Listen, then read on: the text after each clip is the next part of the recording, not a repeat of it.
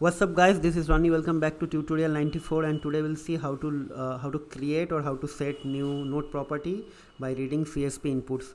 In the last tutorial, which was tutorial number 93, in that tutorial we actually did the same thing, but in that tutorial we used JSON as an input file, but today we'll use CSV as an input file. So let me just explain what actually we're trying to do. So this is kind of our existing set of nodes, and if you see, every node has a property called name, and name property is actually denoted by this one, like Ronnie, Kevin, Sunny, Bob and John, and all these nodes are having one label called student. Now what I am actually trying to do, so the same thing actually, this is kind of a text representation of the same graph. So actually we are going to read this file as an input. Okay, and if you see here, the label is student, name is Ronnie, and course is IT. So as I told you, in the existing set, if you see, it has only one property called name. There is no other property. But if you go here and check, for Ronnie and for Sunny, there is one additional property called course, and the course value is IT for Ronnie, and for Sunny, management. The same thing whatever we did in the last tutorial. So our job is to read this CSV file and update the graph in such a way that the node representation will become like this. For example, there for Sunny, there should be one additional or new property should be added called course, and the value should be management. For Ronnie also, one new property key should be added. The course value is course, and the key is course, and value is IT. And from where actually it is coming? It is coming from this CSV file. So this is a very simple tutorial. We did the same thing in the last tutorial using JSON, but we're now going to do the same thing using CSV. So why I'm doing this thing? So when you are going to load data, or you are going to start working with the data analytics, data scientist job, or any other thing, like for getting some sort of visual representation, or generating some visual representation of the data, or get some insight from the data, or create some strategic or intelligent decision, or risk analysis, some anomaly detection, some pattern matching, whatever thing, you have to load the data, and loading the data has to be done using either JSON and CSV. There are some other formats as well, for example SQL file and other things. We'll be going to do that, but at this moment we are just focusing on two simple things, JSON and CSV. JSON is completed, so now we'll go and see how to do it using CSV. So after watching this tutorial, we'll be able to do anything using CSV to update or create some nodes. Okay, so this is the use case. One more time, set new node properties from Neo4j graph. Okay, so this should be for Neo4j graph. Okay, and graph from CSP input using CYPHER Python. So the expected property or the output should look like this. Okay, so that's it. So now I think I covered everything. So there are one more thing is pending, that is the prerequisite, because I am getting so many email, comment, some feedback that this my app procedure is not working. It is saying that no procedure found with the name, or maybe some other error. So guys, just try to check whether you actually already did set up the prerequisite or not. If you are not, if you didn't set up the prerequisite, then your code will not work. So that is why you have to copy paste these two things. Then you have to open your Neo4j browser, go to settings tab, then copy paste these two things, then hit OK, click OK, apply, and this will restart the browser. Then we'll be able to do it. But again, if you are not able to understand by hearing this thing from this video, then I'll highly recommend you guys to go ahead and watch the same playlist from the tutorial number 75 or 76.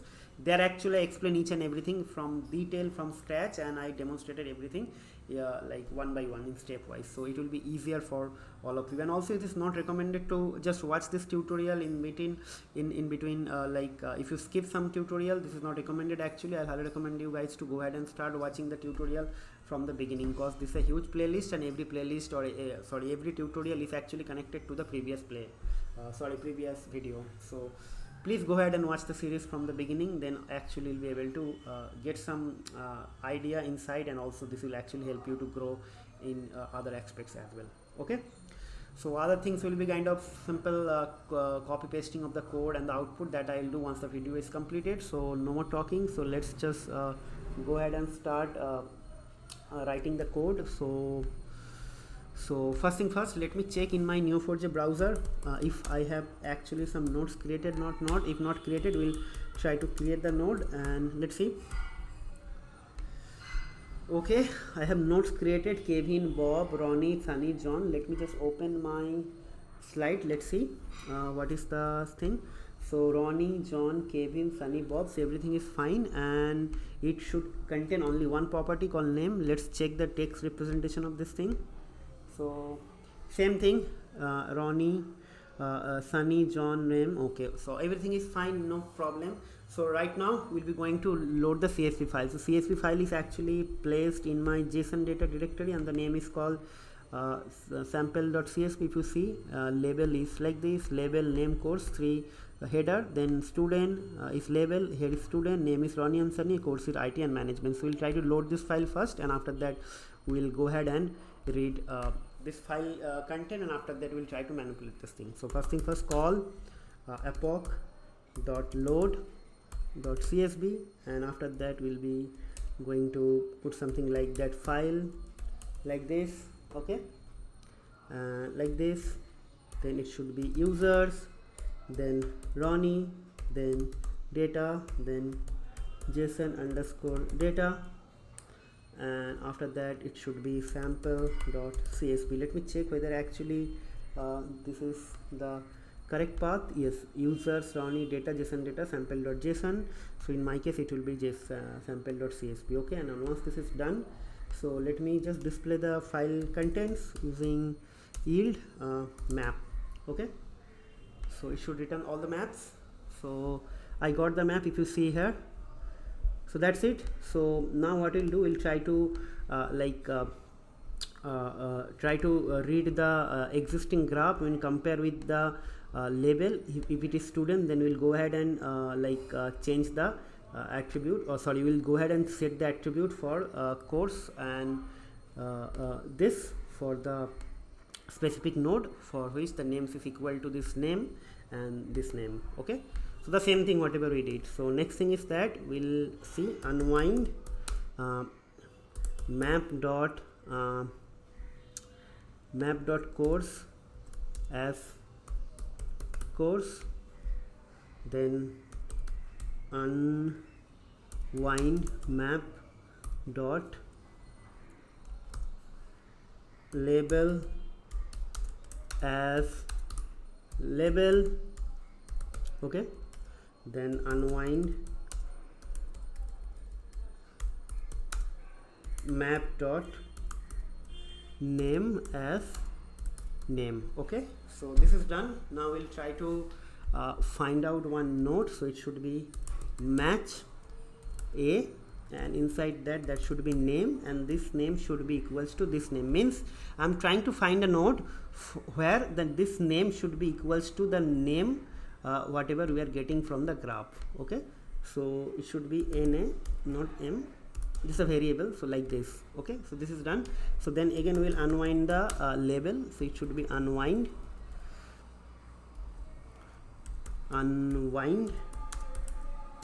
labels a as type. Let's make it type. Okay, this is done. So let's switch right with type label. I need type, I need label, I need course, I need name. So I need course is there, and yes, so we'll compare with this thing, this type and label, and after that we are going to update this thing, and also we need this this one. Okay, a. So first thing will be a. Okay, then what we'll do, we'll just compare where this type is actually equals to this label. Okay, where type is equals to label. Okay, if that is matched, then what we'll do, we'll set a dot course. So it should be course, means in capital. Okay, equals to this value. Okay,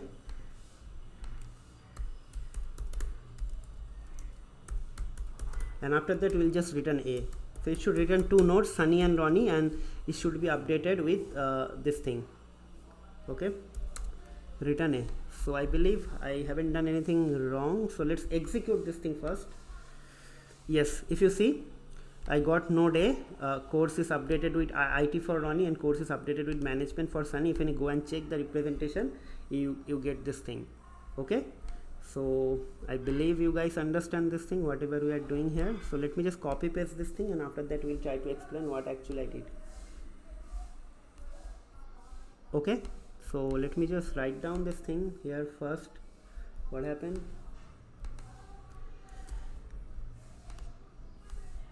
Okay, so let me change the color black. Fine, then output should be only this two. So I could have like paste the graphical representation, but the text representation will be easier to understand actually. So that is what I'm just doing this thing. Okay, so let me go to picture here. Okay, download. Okay, so where is my screenshot? Here, done.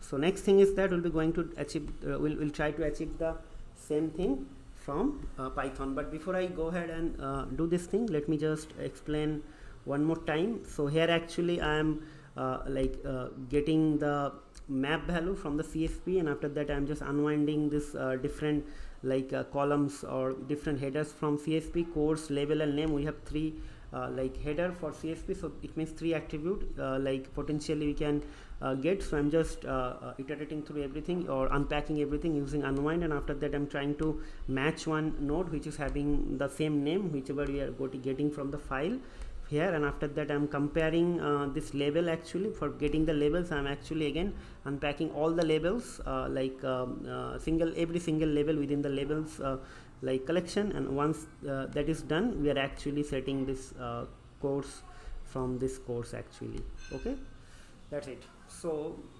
one more thing is required. So now we'll be going to going to do the same thing from Python. So before I go ahead and do the same thing with Python, let me just do one thing. Match n, return n. So it should give you the graphical representation, and if you check for Kevin I have nothing, only name. For Bob I have nothing. For Ronnie I have course and this. For Sunny I have this, and for John I have nothing. So I'll be going to do the same thing using Python. For that I need to delete this Ronnie and Sunny first, and after that we could have again create this thing. So it should be delete. So it should be match A, then student name, and it should be Ronnie, then it should be delete A. So let's delete the Ronnie node first. Okay, so Ronnie got deleted. Then we'll write Sunny also deleted. So let me check one more if I have only 3 nodes now. Yes, now we'll try to create this thing. Okay, so it should be create. I don't need this one. So I'll be going to create the node Sunny, and I'll be going to create the node Ronnie. Okay, so done. So if I run this thing, check here, now I got the actual state, the state which whatever we are actually expecting. Okay, so I can verify nothing is there, no extra attribute, and there is no point of doing this thing from here. You can easily get it from the text representation. Okay, so cool. So we'll be now trying to do the same thing from Python. Okay, so for that I need to open a new Jupyter notebook. Okay, so first of all let me just give one name to our Jupyter notebook. So it should be tutorial 94, then set new node property for Neo4j graph using CSV input. Okay, so let's put on headline, and then we'll make it rename, and it should be Neo4j underscore tutorial underscore 94. Okay, that's it. Okay, so let's escape and create some cells. This is done. So first thing first, we'll be going to import the necessary libraries or modules. So it should be from Neo4j import graph database. Then it should be driver equals to graph database dot driver, and after that it should be URI is like this,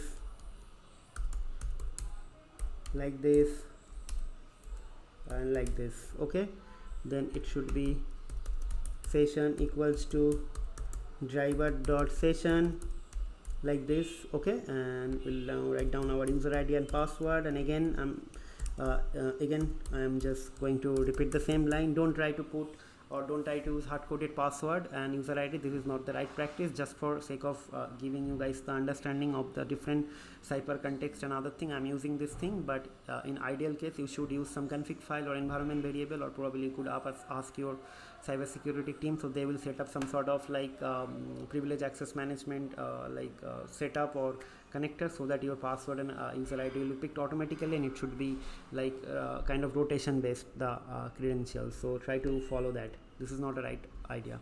Okay, so let me go here and copy paste this thing. Okay, and after that, okay, so let's run this thing. No error, it means everything is working fine. So let's write down the query now.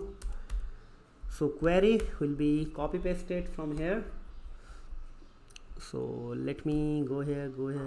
Actually we already did this thing, so here is the query. So let me copy the whole thing, because the Cypher part will be same, only few things in Python. So that's it. So let's run this thing, and after that it should be results equals to session dot run, and it should be q1, and after that we'll put data equals to results dot data like this, and after that we'll try to just print the data. So ideally it should put two nodes, Ronnie and Sunny, and Ronnie should be updated with IT as their course property value, and Sunny should be updated with management as their course property value. So one more thing, we'll just execute like this one, and let's see if everything is fine.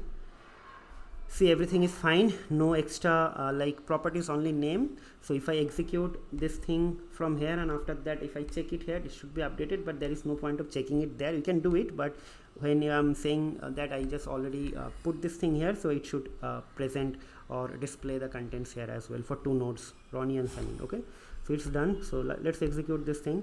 So see, I got this thing here. So it means Ronnie and Sunny got updated. Just to re-verify our things, let me again run this thing from here. See, Ronnie updated with IT, and Sunny updated with management as course value. So that's it. I believe you guys are enjoying the series, so hopefully this will also help you guys to understand some other things. So before I close this tutorial, let me just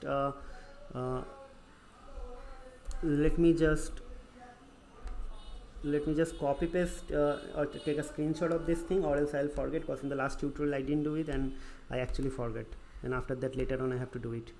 Okay, so just hold on. First let me just take a screenshot of this thing, then I'll explain the code one more time, and after that we can conclude the video. Okay, so that's it. And what we'll do now, okay, done. So next thing is the output. So output should be taken from here actually. So it should be I should take the output from here. Let me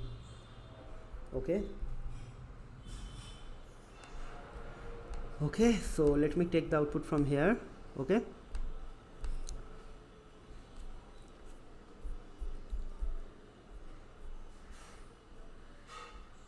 okay, done. Output is here. Sorry, I think I did a mistake. I don't want this.